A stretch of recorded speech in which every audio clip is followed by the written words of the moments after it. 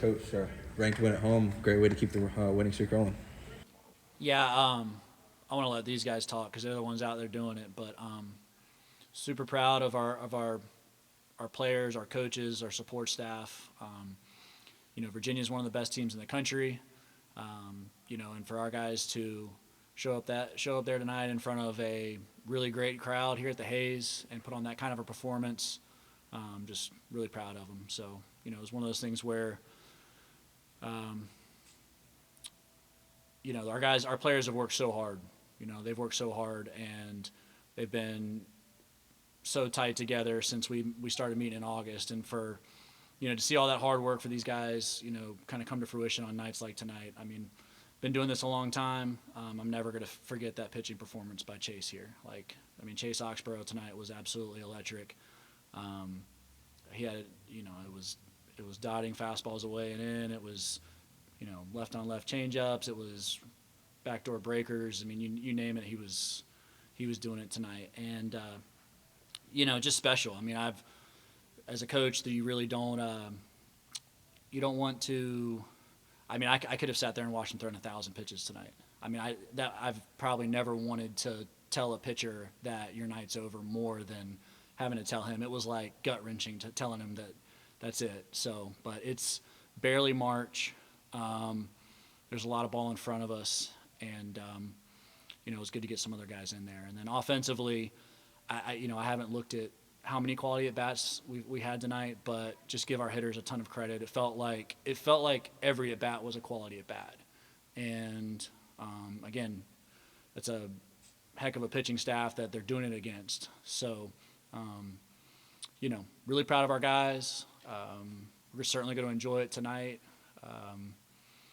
Learn a lot and turn around and hopefully play in front of a really great crowd tomorrow night in Kannapolis and run it back again. So, yeah. Hey, Chase, great game out there today. Rito and Carolina curveball.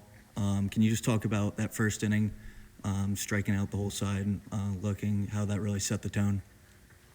Yeah, that was kind of my goal from the start. When I found out I was getting a start, I wanted to set the tone for the whole game. Kind of struggled a little bit at first to find some feel for my pitches, but I felt like once I settled in, I was able to get it done in the first and kind of set the tone for the team. If he was struggling, I didn't see it. Woody, for you, where do you think this ranks in terms of complete games that your team has played offensively, pitching-wise, defensively?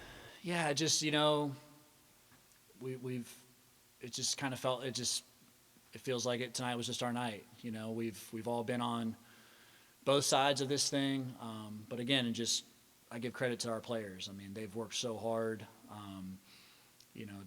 To put on that kind of a performance, it's just a credit to those guys. But yeah, I mean, it was. I haven't really had a chance to go back and watch the tape, but in my mind, like I said, it felt like every at bat was quality. Certainly, every pitch that was thrown. It was just really proud of our guys. But we talk about it in this program all the time. Like once we see something, we can't unsee it.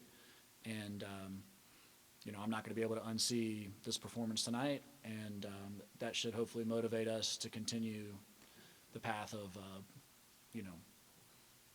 working and improving like we are.